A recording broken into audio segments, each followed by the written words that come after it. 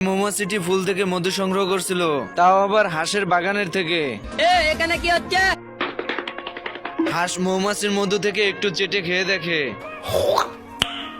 এরপর মৌমাছি মধু নিয়ে চলে যায়। আর এদিকে হাঁসের মাথায় একটি দুষ্ট বুদ্ধি আসে। মৌমাছি বাসা থেকে মধু চুরি করে নিয়ে কেক বানিয়ে খাওয়ার প্ল্যানিং করে।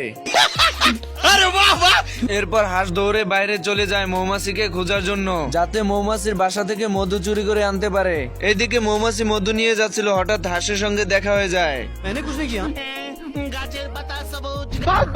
মৌমাছি হাঁসের হাত থেকে বাঁচার জন্য শর্টকাট নেয়, আর এদিকে হাঁস মৌমাছিকে দেখে ফেলে।